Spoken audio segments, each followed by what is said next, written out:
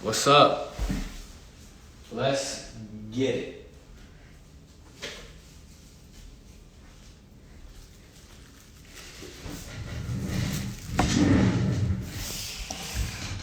Sports cards. Yo, what's up, Rhett? Just got into the room, so now we can get this popping.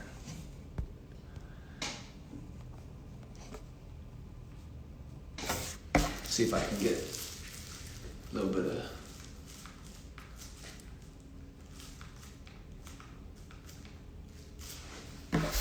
All right, we got my man. What's up, Rhett? What's up, Jennings? What's up, John? All right, Trey, here we about to get it popping. Yo, What's up, bro? Trey? How you doing? Pretty good. How's the drive? Super long, but it was good. We out here getting it now. So yeah, you got some. So we about to talk sports cars tonight. So if anybody got a question, please feel free to type it below. We'll answer it. We got a few topics we're going to talk about. Let me go ahead and screen record this real quick. All right, now we're screen recording. I'm just going to go on YouTube. So yeah, go ahead, Trey. What topics you got? Let's go ahead and start off. What's up, Mark? All right, so the first topic I was gonna do, KD return, KD prices. What are you thinking on that? I'm big on KD, so. You're big on KD. He actually bought a bunch of KD from me this past week. So my honest opinion is I think that right now KD prices are holding until he comes back. I think that, his prices were cheap and people realized how cheap they were. And, we all saw an uprise. If you were in Dallas, you saw that KDs were the hottest thing in Dallas. Everybody wanted KD. You couldn't keep a KD on your table. They sold in, if I bought a KD, it would sell in 5 minutes, right? So I think prices kind of corrected themselves a little bit, but now I think his prices are just waiting for his return. And I think if he comes back and he plays lights out, his prices are going to jump. The base top's 10. The orange is going to jump. You're going to see a jump in the chrome. But I think that if he comes back and he doesn't play up to par, or he doesn't play as hype as everybody thinks, it's going to be interesting to see what those prices do. Are they going to, is his top, because right now his top base is around 21. It's between like 19 and 21. It's just fluctuating through there, right? At one point it was up to 23, 24. So it's interesting to see, is it going to hit that? I feel like right now it's just kind of like, it's like this. Is it going to hit that 28, 29, 3? Is it going to hit the 3 or is it going to kind of trend down to 15? I think it's definitely like if he comes back and he's putting up like 28 and like 7 and 7 or whatever, I think it's right? definitely going over 3. I mean, if you're comparing if you're comparing to Curry and LeBron, it's just like right. That's true. Which obviously, like somebody the rings. Does he have a legacy? Is his legacy solidified? Yeah. Do you think his legacy is solidified?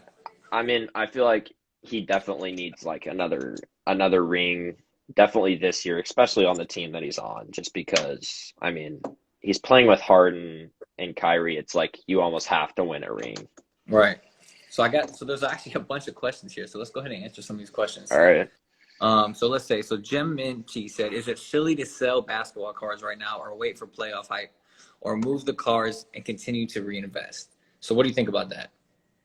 I mean, I'd say it depends on like the player and like the team that he's on. Like if they're gonna make the playoffs, and he's a better player, I'd say you'd want to be almost on the hold. But then again, I mean, you look at the market that we're in. I mean, it's crazy. No, I agree with that. And I would say it depends on where you're at in the card, bro. Like if you're in the profit already, then there's nothing wrong with taking profit. And that's one thing that I learned, and sometimes you learn it the hard way, where a card goes up and you're like, oh, it's going to keep going up. I shouldn't sell it. And then it ends up dropping. I mean, it's like, dang, I could have bought it back, So for me, my new way of thinking is if I'm in the green, sell it, because you're always going to get an opportunity to buy it back later. And another thing I realize is you're never going to buy at the lowest point, and you're never going to sell at the highest point. But as long as you're somewhere in the middle, you're buying it and selling it and making a Yeah. profit. You Yeah. just continue to just keep doing it. Like I mean, that's yeah, one you thing that just keep building up. Yeah. you keep build the snowball. But if you're always Yep. holding and you're never selling, then you're going to run out of buying power. You're not going to have money to buy. Let's see. Somebody else All said right. Top Shot. I saw that Top Shot Top question. Shot. I bought some Top Shot. I bought that Jamal Murray. I bought Kelly Oubre.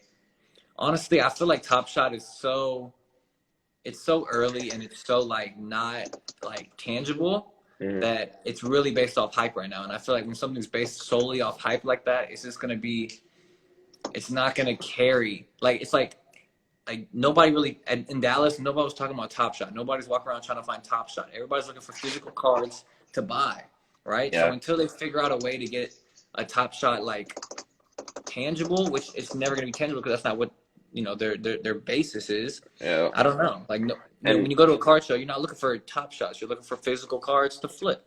Yeah, I just feel like it's so hard too because it's basically like you're buying like virtually nothing. Like it's just, I don't know, like some guys are really big on it, but I feel like it's just like a way bigger risk than cards right now. No, I mean, absolutely. Yeah. I agree. I mean, I bought the Top Shot just because I didn't want to lose out if it did pop off, But Yeah. since then, I haven't bought any Top Shots. I haven't even really been on the site. I just been more on the sports card game and figuring that out. What's up, Cardboard? What's up, Sonny? So yeah, I know. So another question somebody asked was like, how do you know when to sell? So like, what is your like play in selling? Do you wait for a certain percentage that you're up? I mean, I feel like it's definitely just like what you're in the card for and what the card's doing. I mean, like if you're up like $100, like, I mean, why not sell to buy another card and make $100 off that card? I mean, right. It's different for obviously higher end cards. Like you get in the 1,000 range and it's different to like hold whatever. But I mean, I feel like if you're always making money, I mean, like why should it matter? Right. That's true. And I feel the same way. And so where do you sell the majority of your cards at? You sell on eBay, Facebook? I mean, I feel like the most is probably at shows. Like I do a lot of buying, but I Right. feel like the most selling is definitely like at the shows. I mean, like, yeah, you'll get like a couple of eBay sales, like you'll get the guys that DM me on Instagram, but I feel like I feel like you're buying more online and then you're trading and selling mostly at the card show. Right. No, I same here. And so I don't sell anything on eBay. I actually don't have an eBay account that I use to sell. I just don't like the fees. I don't like the opportunity for people to there's just such a loss. Yeah. It is. I mean, I sell mostly on Facebook groups. If you're not in Facebook groups, it's a great place to get. There's tons. You just type in sports cards, you'll see a whole bunch of Facebook groups. Those are great to sell, and I've sold a bunch this week actually on the Facebook groups, and then it shows. I mean, really, the best thing to do is what I realized is if there's local shows around you, it's worth it to travel. Even if you travel an hour, like going to a show, there's so much opportunity there. Because I was talking to some buddies this week. It was like people who go to shows, right? If you want to buy high end cards and you go to a small show, I almost guarantee there's going to be at least 1 to 3 higher end cards there that not every person is going to look to buy, right? It might be out of their budget. It might be a $5,000 card that you can probably get for $4 that you can sell for $6, right? But if that person doesn't have high end buyers, they're not looking for, because if they have one high end card in their showcase, they either graded it and now it's high end, or they traded for it, right? So they're down to either trade out of it. They're down to take 10 base cards for a 1 higher end card, or they're not in it for a lot, so there's a bunch of wiggle room on the price. So I realized that even a small show, like all you need is 1 higher end card there that you can have a good margin on that you can flip. Yeah. What do you guys think are card shows, limited card shows? I feel like with COVID like clearing up basically in like most states, like obviously each state's different, but I feel like, I mean, we're on like the uphill climb, and I feel like more and more card shows. I mean, you see like there's a Houston show last weekend and they hadn't had one in a year, and I mean it was like the busiest it's ever been. So I just feel like I just feel Shows like are gonna it's start picking up yeah, again, and if you can hit a yeah. show, I would 100% recommend going to a show. Hmm. So let's see. Somebody asked, he's big on Bobo. What do you think on making part of your investment high upside, cheaper guys, and waiting? That's a good question. So I would, you know, I actually been thinking about Bobo a lot because after watching him play for 3 minutes the other game, I think he has huge potential, and I think he can definitely be a star in this league if he's given the opportunity.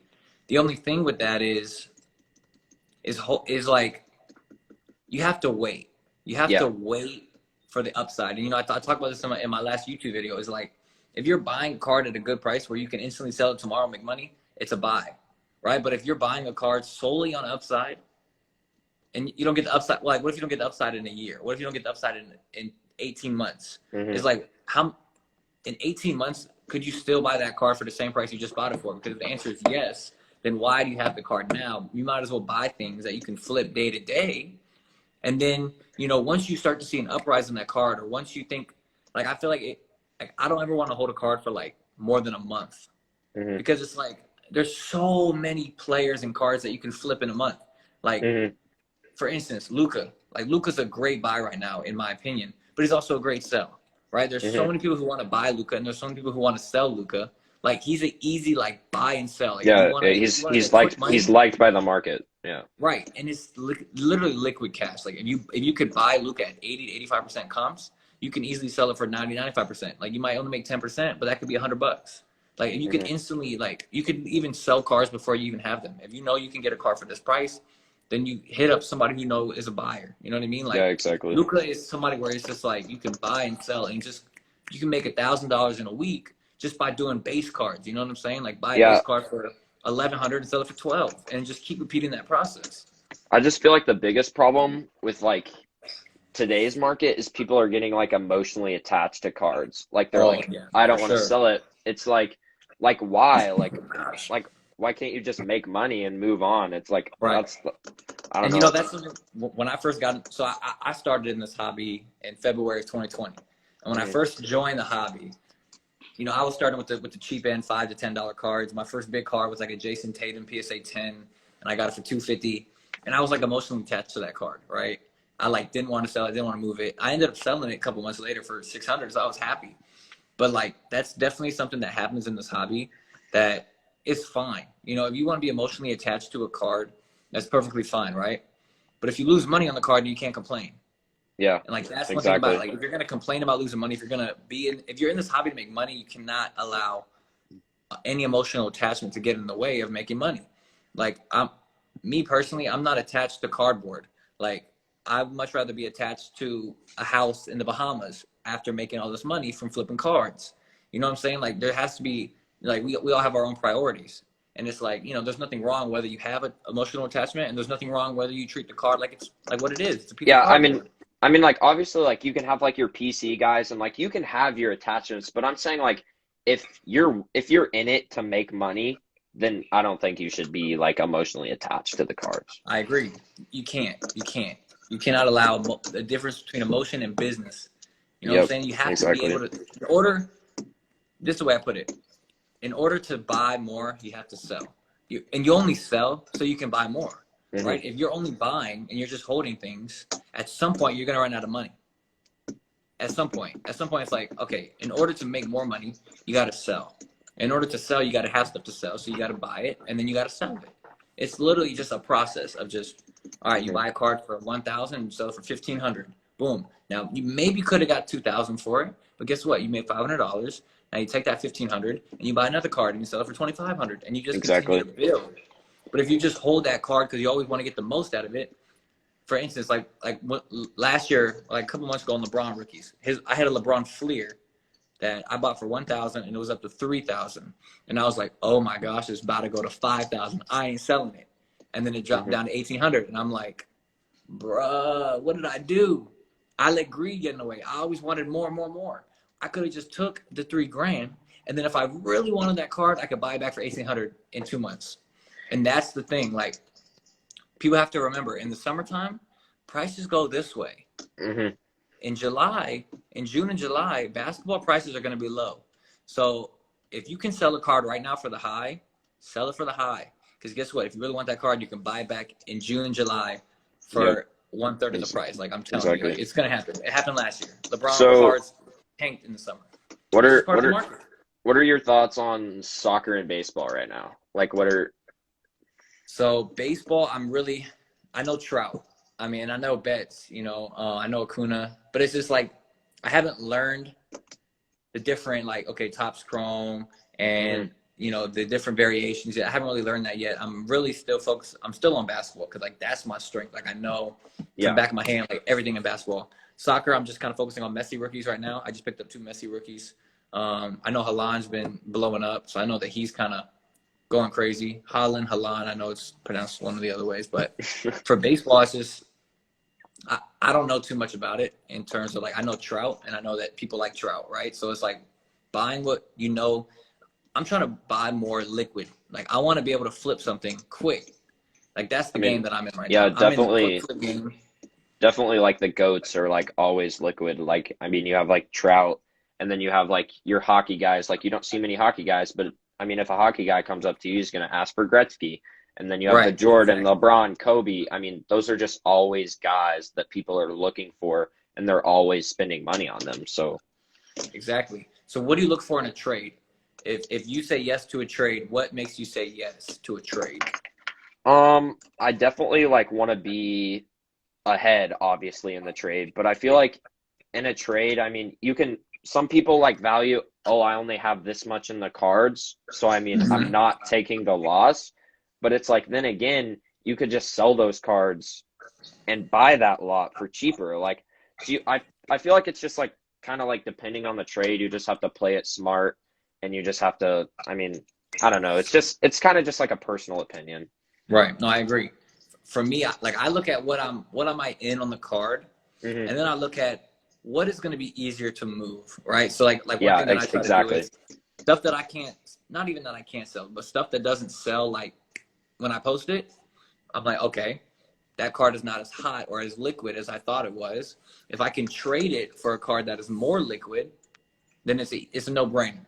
Because at the end of the day, you don't want to be stuck with a card that you can't move, right? Like if you buy a card for $1,000 and the trade value on that card, so let's say you buy a card for $1,000, right?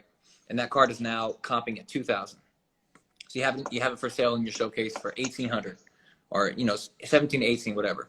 And like nobody asks about the card, nobody really cares about the card. But then somebody comes up like, yo, I'll trade you my Luca whatever, right? That's comping right around the same price. Would you do that trade? I mean, yes, because you want the liquid. You want the liquid card. So that's what I look at. I'm like, okay, if the card is liquid, I'll do it because it's like that's easy. That's a no-brainer. And like some trades, like it's like, okay, am I down $100? Like, is the price like he's winning by $100? But it's like, right, I'm getting KD, he's getting. I mean, that's how like I look at it. Exactly. I mean, right, like, yeah, 100%. exactly. And like guys like that, you have to find the buyer. I mean, you walk in the Dallas show, everyone's like, what's everyone asking for? KD, Luca. I mean, you just have the liquid guys. It's like if you have like a Kobe White $3,000 card, you have to find the Kobe White buyer. It's like, so that's just like so much harder and so much more time. Exactly. So J Investments, liquid is like liquid cash. Is like when you put it for sale, it's gonna sell because there's so many people who want that card, and it's just like it's like a really, really, really easy card to sell. It's a really hot player name: LeBron, Luca, Tatum, Jordan, Kobe's. Like players like that I consider that liquid. Players who like aren't as liquid, I would say, is like Kobe White, like Ben Simmons. Who else isn't like liquid? I don't know. players who are just like not like tier 3 is like non-liquid. Like I'll say tier 1 and tier 2 are like liquid. LeBron, Luka, Kobe, MJ. Then you got tier 2 like Tatum, John Morant. Like they're all pretty liquid. But then you got players like DeAndre Hunter, Rui, Kobe White, players like that. Like they're just not as like if you post it for sale, it's not going to sell right away. Like you'll probably sell it, but it's not going to be like, oh, everybody wants that card. Like Tyler Hero. Tyler Hero's not that. Yeah, he's he used to be liquid. You know, when they were in the playoffs, everybody wanted Tyler Hero, but now he's cooled off a little bit, and it's like, and do I really want a Tyler Hero Prism 10 for No. $200? Not really. But at one point, they were like 300. You know, Yeah. so it's just figuring out. It's not getting caught up in the hype. If you get caught up in the hype, you're gonna probably lose out a little bit. You know, or you're gonna have to make a trade. You know, like everybody was buying Tyler Hero base prisms for 250. You know, and now I mean I haven't looked what they go for, but I'm sure they're like 120. You know, Yeah, like that's exactly. probably what they're around. So it's just figuring out like, okay, if you're getting a non-liquid player, you either want to trade it for a liquid player, or you want to get it for such a good deal where it's like it's a no-brainer. Yeah. You know? I mean, obviously, like if you're coming out if you know you're going to come out way ahead, then it doesn't always have to be those guys. But it's like most of the time you want it to be the liquid guys. Right. Absolutely. Somebody else asked a good question. Hold on. Let me scroll up a little bit. Let's see. Somebody said, oh, at shows, are you better on your feet or at a table? I would say both, bro. Like, if you want to sell cards, it's always better to be behind the table because you're gonna get higher for you're gonna get higher dollars. You're gonna get 90% comps. If you walk around with cards, people are gonna offer you 70% comps, right? So if you're looking to buy, but then again, like people walk up with crazy cards at the table as well. So behind the table is a good place to buy and sell. It's a good place to sell cards for the high, buy cards for the low.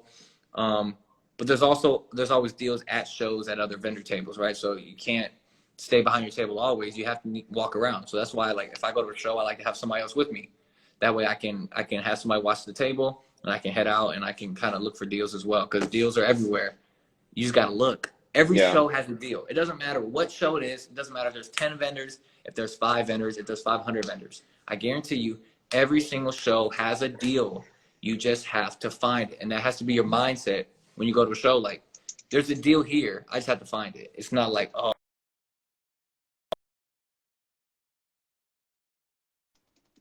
Oops, I clicked the wrong button. I tried to swipe up.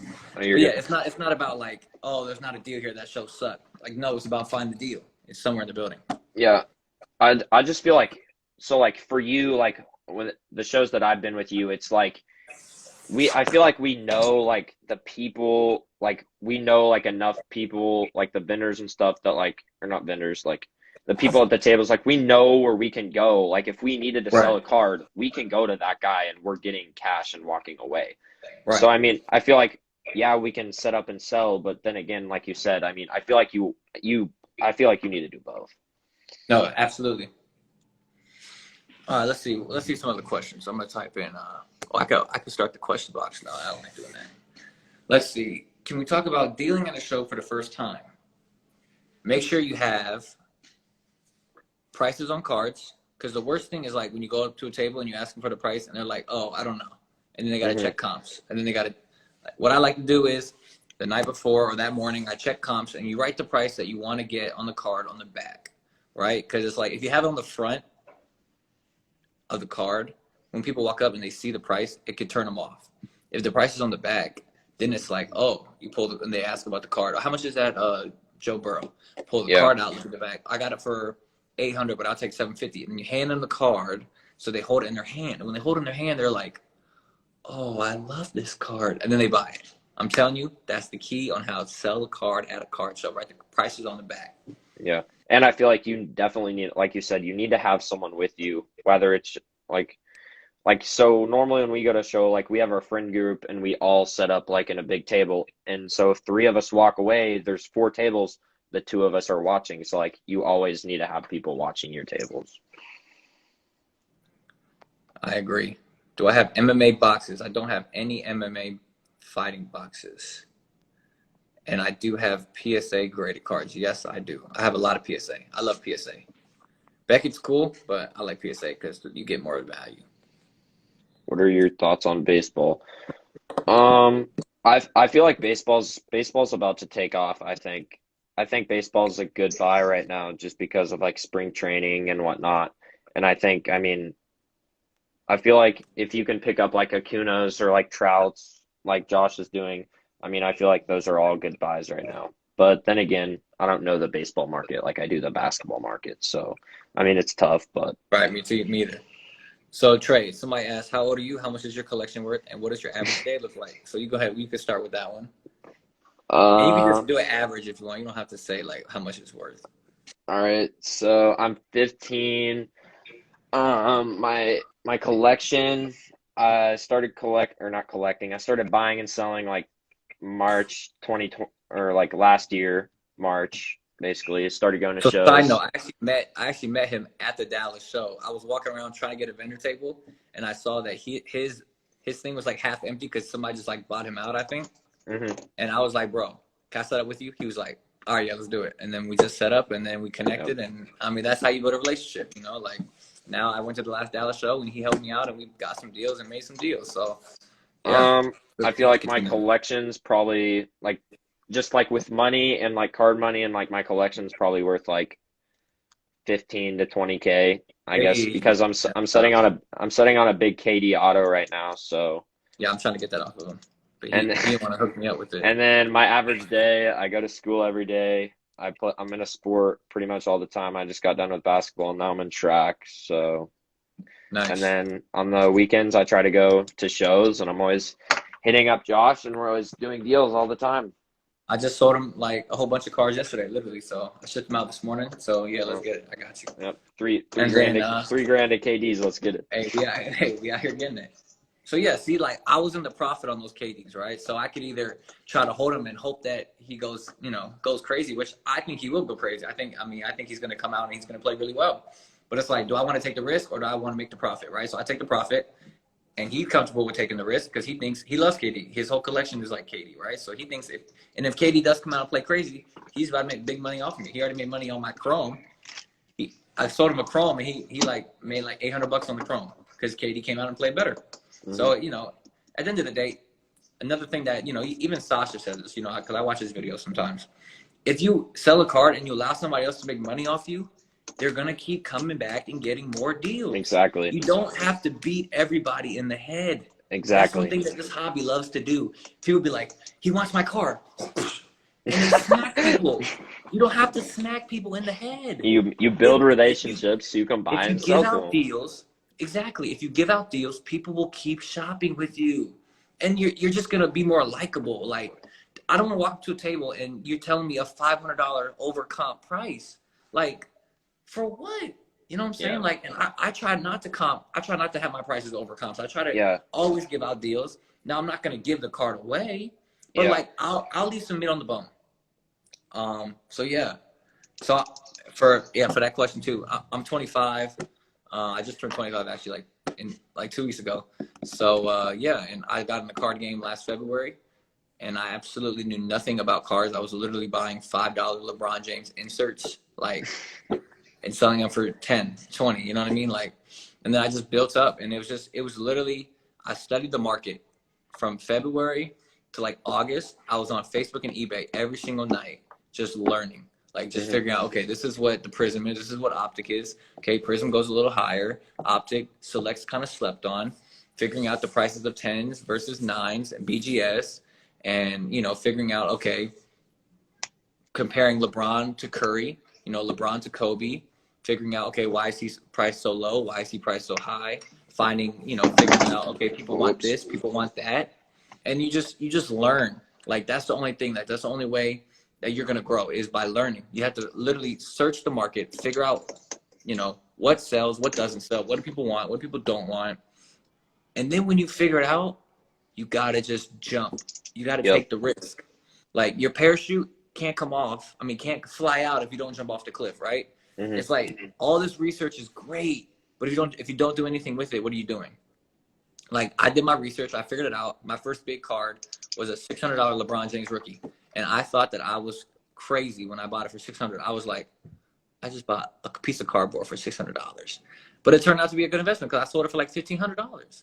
But it's like you have to take action after the research. You have to trust the gut feeling. And you're not always going Exactly. to win. You're not always going to be right. But you have to trust, like, okay, I did the research and this is what I'm going to do now. So, like, if you've been studying the market and you know what to do, trust your gut and buy the card that you've been looking at. This is for anybody watching. If you've been looking at a card every single day for the past month and you haven't bought it yet, this is your Buy it. opportunity right now. Pull the trigger. Buy Pull the the trigger card and make the money. before it's too late. All right, got another question from Cardmon. How do you price a slab that is low pop and not many comps, and the comp you do see are old and you feel like the price should be higher? I would say you just pick a price that you're comfortable with, that you want to sell it at, list it at that. If nobody buys it, you might be a little high. If you go down $1,000, if somebody buys it, that's what it's worth. I just sold my the Luka snakeskin. I just sold it for $6,000. In Dallas, I had it at $7,000. Nobody wanted it. I lowered the price to $6,000. Somebody snatched it up in 5 minutes on Facebook. So that's what it's worth. I mean, And I feel like the biggest, like, if with a card like that, I feel like the biggest upside with that card is a trade. I mean, I feel like you can do the best with a card like that in a trade. You just have to find the trader or buyer, and I feel like you can have the biggest like upside with it in a trade. Exactly. And you can trade cards that are I could trade that Luka for a card that's like super liquid at 8,000. You know what I mean? Like I could be like, okay, yeah, I'm gonna get that LeBron Topps Chrome PSA 9 or whatever, 9.5, and I know that I can easily sell LeBron Topps Chrome. Like the Luka is gonna be a hard buy, right? So with the rare cards, you have to find the right buyer. And that guy who bought it off me said he loved Luka. He'd been looking for one, and it was just like it was perfect, So, all right, let's see any other questions. Is football a buy or sell now? Football is a buy. Yep. It's kind of crazy. Herbert's fan base is like nuts. Like Herbert is liquid. Like I would consider Herbert liquid. Like you can get a Herbert Prism right now or a Herbert Auto, and if you get it for the right price, you will have no problem selling a Herbert right now. Like Josh had a Sports Car Plaza had a Herbert at the table. Every person who walked up to our table asked about the immaculate auto that he had.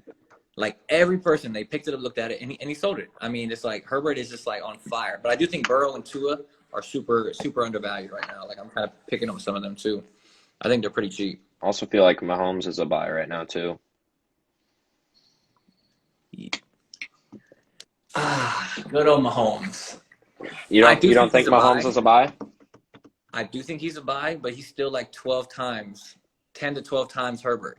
Yeah, facts. Like I get it. He has a Super Bowl. I get it. Like, but it's like I think there's better buys right now. Like I think Tua's going to come out and play really well. I think Burrow. But it's like, okay, so here's another thing that I learned, right? So last year, football season, the boy got, what's the word I can use right here? Football cards got me last season, right? I loaded up on Dwayne Haskins, right? Probably shouldn't have done that in the first place. But I didn't sell. That was my problem. For football, you sell in August, right? That's my thing. I'm going to buy in May and June and July, and you sell off the hype. I could have made dumb money on Dwayne Haskins just based off hype. Oh, Dwayne Haskins is starting. He's playing. Let's go. And I could just sell him in August. He didn't have to touch the ball. But then if you wait, right? Yes. So, like, there's two ways. Dwayne Haskins could have been Herbert. He could have came in and played crazy and his price is going nuts, right? But it turned out not to be that. Same way Herbert could have never even touched the field. He only came in because Tyrod Taylor got hurt. And people forget about that. Like, Herbert could just not be good. It's the same thing. So it's like for me, football is risky. And I would say sell football that you're kind of iffy on before the season even starts. Because then there's like, yes, the player that you sell might blow up, but they might also go to zero. Well, another reason football is hard is like running backs and receivers have like no love. I feel like yeah, I would take the quarterbacks. Football is like only quarterbacks. Only quarterbacks for me. Who should you invest in basketball? I would say you should invest in. Honestly, that's actually I would say LeBron. I think he's down. LeBron is a big buy right now. I mean, look at his Topps Chrome. Yeah, look at his Topps Chrome prizes. I mean, everything LeBron right now is just like. This happened over the summer, and I bought a Topps Chrome 8.5 for $1,800. And it's I mean, they're not down that much yet, but I think he's a buy. I think. Let's see. In January, I bought a Topps Chrome LeBron PSA 9 for $4,000, and then within those 2 weeks, the card had gone up to $10,000. Sold it for $9,000. Boom! Now that card's back down to like $6,000. Exactly. And that's the thing. You take your profits. Like if you buy LeBron right now. Like, don't hold LeBron for 4 years. Like, I get people do that, but I also don't get it. Like, in 4 years, who knows where the market's going to be, bro? Like, buy LeBron now in the dip, and then when you get a profit, you sell LeBron.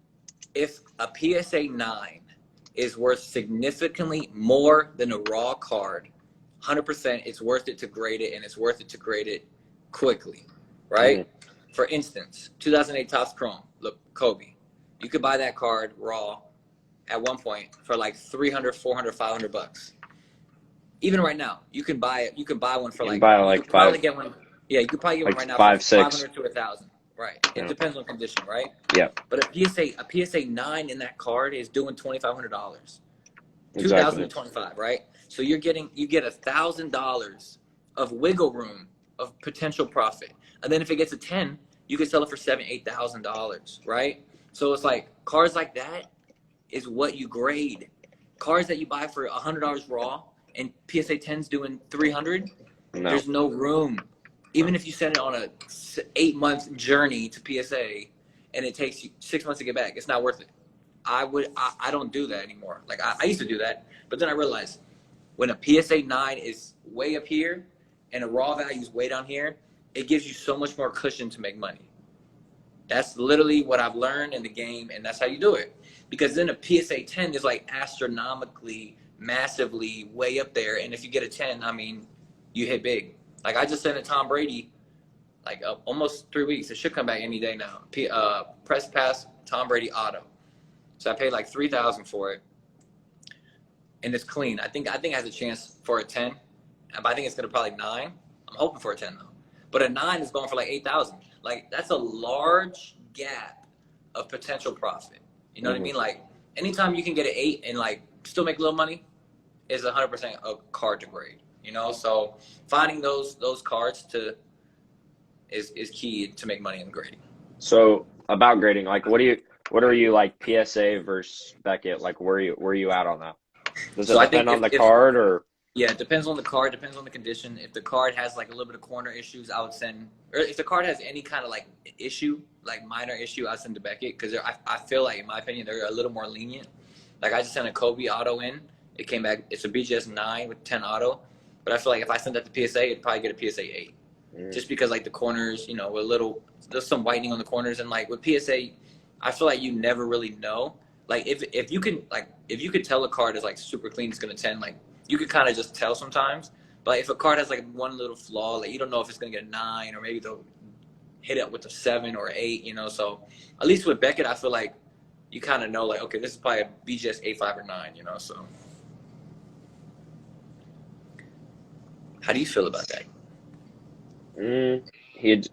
So he just asked if you have a Beckett 9.5, is it smart to gamble and try for the PSA 10?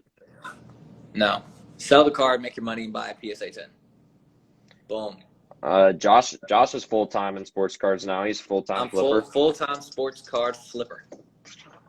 Full-time, baby. We out here getting to it. Quick shout out, both of you taking your time to answer the questions. Yeah, of course. Thanks for hopping in. Thanks for hopping in. We're gonna try to make this talk show like weekly, like a weekly thing, yeah. Yeah, maybe even 2 or 3 times a week, because we can add up to 4 people. So Josh wanted to hop in too. Maybe for the next episode we can have another person in and we can talk sports cards because this is lit. I like this. Yeah, it's fun. We out here inspiring, baby. Let's get it. Let's see. You got Garoppolo refractors. I hope Garoppolo gets traded. He might go to the Patriots. Let's see. PSA is tough.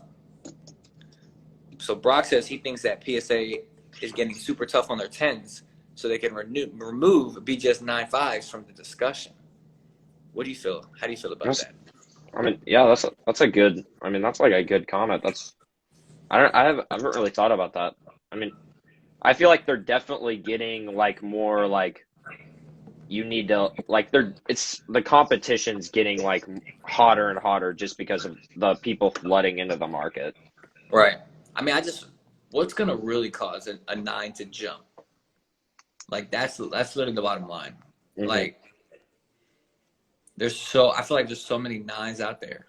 So it's like, what's really gonna, like, if everybody just keeps getting 9s, is that really gonna increase the price of a 9, or is that really just gonna increase the price of a 10? Mm-hmm. Or is that gonna make people, or it could do the opposite. Like maybe all these 9s, people are like, this is at least a 9.5, and then they start sending to BGS. Because at the end of the day, I feel like the more hype behind it, I don't know. It's iffy. Like, is it more hype, or is it based on more PSA 9s is going to cause it to go up, or is it going to say less PSA 9s is going to cause it to go up?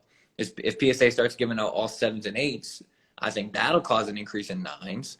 But if all they're giving out is 9s, I don't know if that's going to cause an increase in 9s. You know? Josh, I want to hear you answer to this. Flipping cards and shoes has allowed you to work for yourself. Yes, sir. I will say I've worked the jobs though. You know, like at some point you got to start somewhere. I used to wash dishes, and I used to be working in a hotel as a daggone housekeeper. I'll make the beds and clean the bathrooms. Okay, but you guys have to understand. Josh is like he's not just flipping. He's hustling. He's going every day to shops. He's going to making deals. He's making like probably 10 plus deals a day, I imagine now.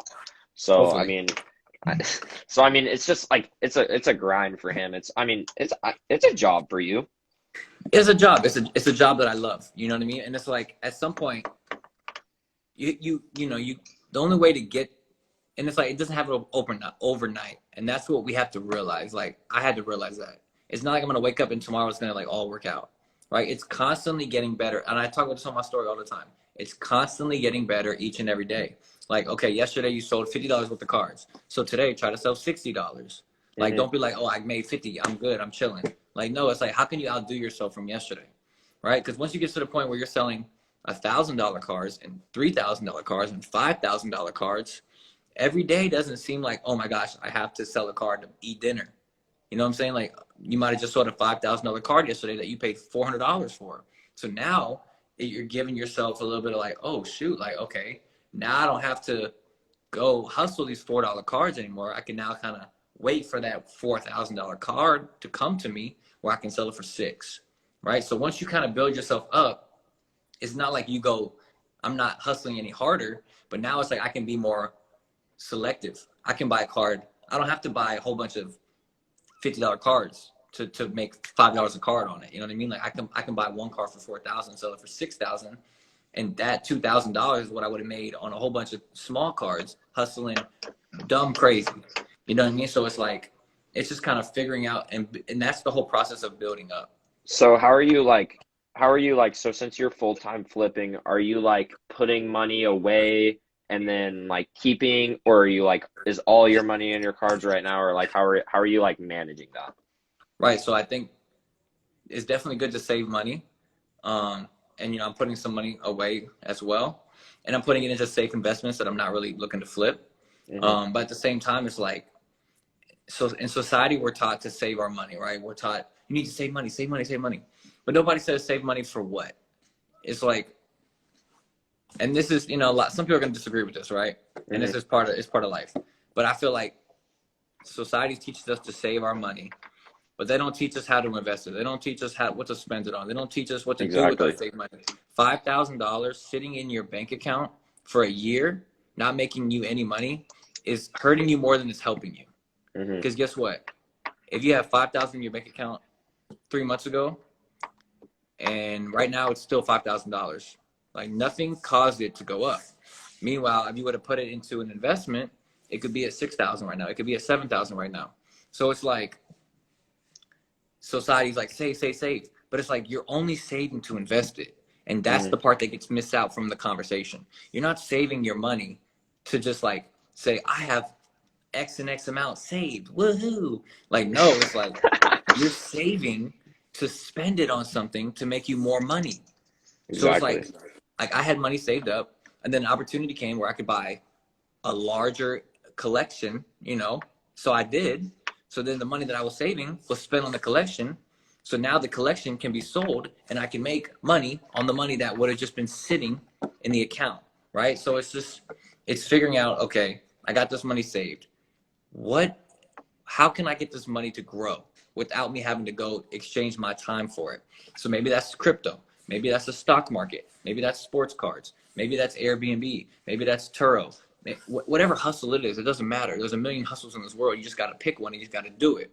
But don't save your money for no reason. If you're going to save your money, save it with the mindset of, all right, I'm looking for an investment where I can double this money. I can triple this money. I can quadruple this money. I can put it into real estate. I can do a whole bunch of different things with it. So yeah, that's my TED Talk. The All right, Rothbard's TED. we gotta catch up on questions, Josh. All right, let's see. Somebody said, how much of your business do you do on OfferUp, Facebook Marketplace? So I pretty much do all my online on Instagram and Facebook Marketplace, and then I sell at shows. I don't sell on eBay. I don't sell on OfferUp. Too much crazy people up there. Yeah, I too rather much. just, yeah, you know, you get vouchers on Facebook. You're good. People, friends, and family with payments, and hopefully the PayPal people didn't just hear me say that. They're like this. What'd he say? Everybody who buys from me is my friend, so PayPal can't say anything. And exactly, Blaine. He says, no need to save for retirement when you are not planning to retire and hustle instead. Yo, I do not like that. I do not like the society tells us to save for our retirement. You're saving for when you retire. Well, save for your retirement. Bro, what? I'm not trying to save for my retirement in 40 years. I'm trying to hustle and get it now. I'm going to be living in the islands in 40 years with a daggone lemonade in my hand. Like, I'm not trying to, I don't need to save. And it's this, you know, society. We have to get out of the matrix, y'all. The matrix is real, and the matrix is living the rat race.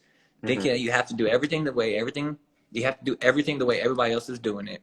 You have to go to school. You got to go to college. You got to get a job. You got to work, save money, go to sleep, do this, do that. Bro, you don't have to live like that. You don't have to live like that. Figure out what you love to do, put money into it, put your time into it, and grow. That's it. Just hustle and grow right now.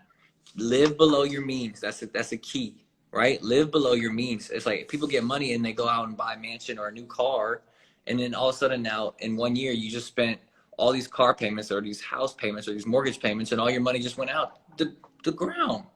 Like, if you live below your means, it allows you to stack, and then allows you to invest, and then it allows you to grow. And the next thing you know, you got a little cycle going where you, under your means, you eat in, you know, you don't have to eat out every single day. Yep. You know what I'm saying? It's just grow. It's 11:30 at night, and I'm out here pumped right now. So you bringing up PayPal. I also wanted to bring up how I feel like everyone needs to be like flexible. You guys need to have Cash App. You need to have Zeely. You need to have other payments. Like, everyone's just so strict on PayPal. Like, when we go to the shows, like, you know what I mean? Like, you guys got to have other. Cash App. Yeah, Cash App. Cash App's where it's at. Cash App, Apple Pay, Venmo. Those are all good. Those are all cool. And really, I don't love it, but Cash Money. Bring that cash, baby. Where are you from? Buying a Grayson Allen card. No, seriously. Like, we have to limit how much liabilities we buy. As soon as you buy a brand new car and take it off the lot, it decreases by like 40%.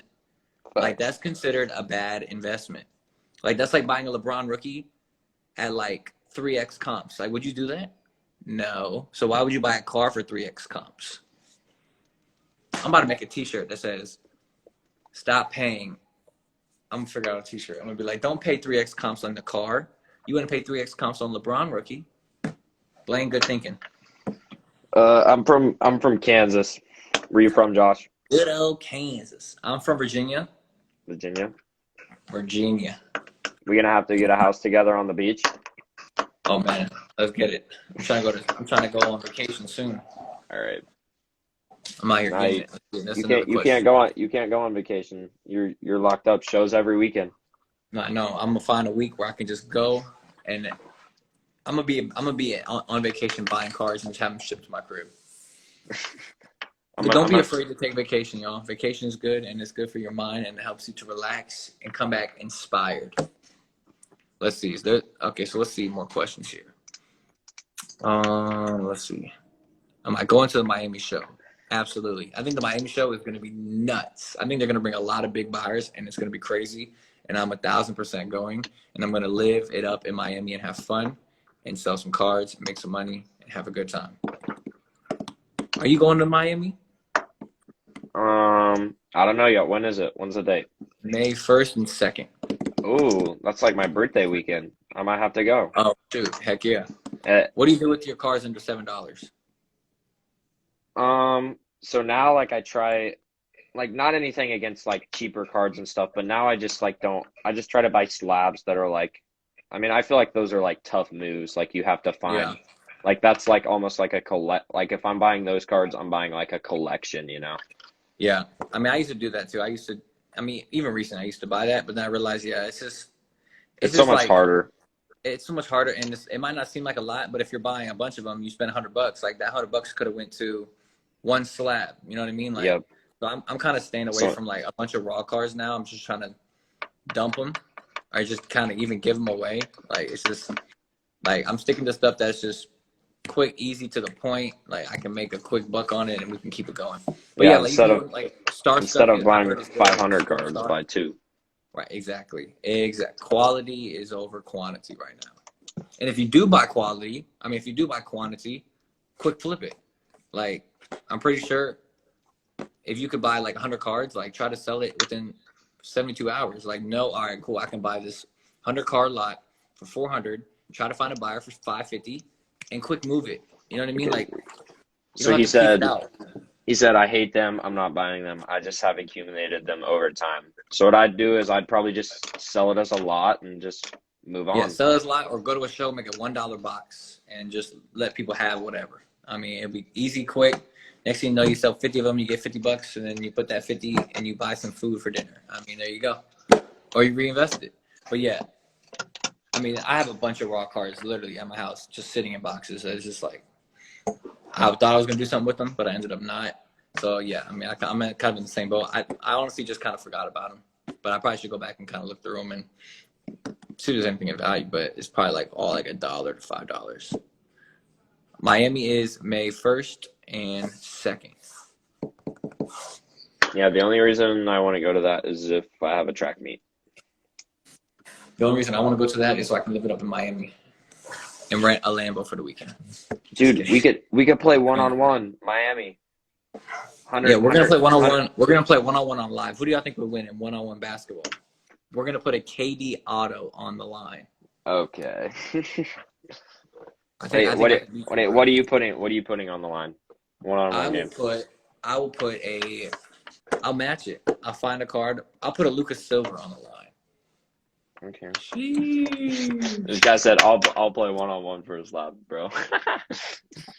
I'll be anybody in one-on-one. I'm pretty good actually. I might not look good. Josh, you're not winning. You're lying. You're lying to the Oh, viewers. all right. That's all right, yo. We are gonna record this on live, and we're gonna go live. we'll play for $100. Yeah, when we go live on one-on-one, then we're gonna post it on the YouTube too.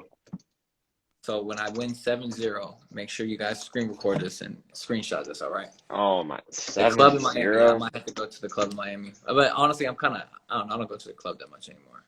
I'm more about getting this paper, not throwing the paper. I'm trying to stack the paper. You feel me? Hey, I'm gonna put that on a t-shirt too. Bunch of t-shirt ideas. But yeah, so even your life quotes. This weekend there's a Tampa show. There's also a show in Nashville this weekend. Next weekend there's a show in Raleigh. There's also a show in Portland, Oregon. Weekend after that's Clearwater, Florida, and there's one in OKC. Oklahoma. OKC. And then Dallas, and then Miami will be first week of May, and then Dallas is the third week of May. So there's probably like one in between there that we need to find. Yeah. If you never went to a show and you want to go to your first show, Dallas is the show to go to. May 20th through 23rd. If you have not gone ever to a show, try to get out to Dallas. It will change your perspective on the hobby. Are you going to Nationals? Oh yeah, I'm going to Nationals. In Chicago? Chicago, yep. That's not till like summer though.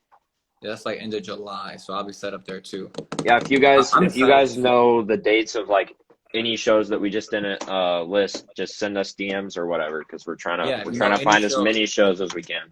Heck yeah! If you know of any shows, please send it to us, because I'm trying to travel. I mean, I'm doing cars full time, and I realize like shows is where it's at. So if I can hit a show every weekend, it's worth it. Because all it takes is one deal. One deal. The Dallas show is May 20th through 23rd. So yeah, let's get it. And then I'm trying to do another Richmond show soon too. The one that we did before was pretty good. So try to do another Richmond show sometime maybe in April.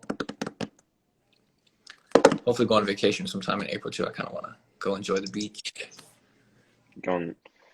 And then soon you'll have your own house on the beach, Soon I have my own island. Let's get it. your own island. We're all big. Rothcard Island. Rothcard Island. Oh man, that was a good talk show. It's now 11:40. Any last questions before we hop off here? Please ask them. And yeah, what's today? Thursday. So we're gonna try to do another talk show. Maybe we can do another one Sunday night, maybe. Okay. Sunday or Monday. So we'll try to do one or two a week. Feel free to send us topics if you want to hop in maybe one time. DM us. We're gonna try to make this a weekly thing though. So. Oh yeah, guys, make sure you check out the YouTube. Yeah, check out the YouTube. I'm gonna upload this video up there too. So I'll probably put that up sometime this weekend. So let's get it. All right, thank you everybody for tuning in. I'm Josh, Roth Cards. Trey, TGS Sports Cards.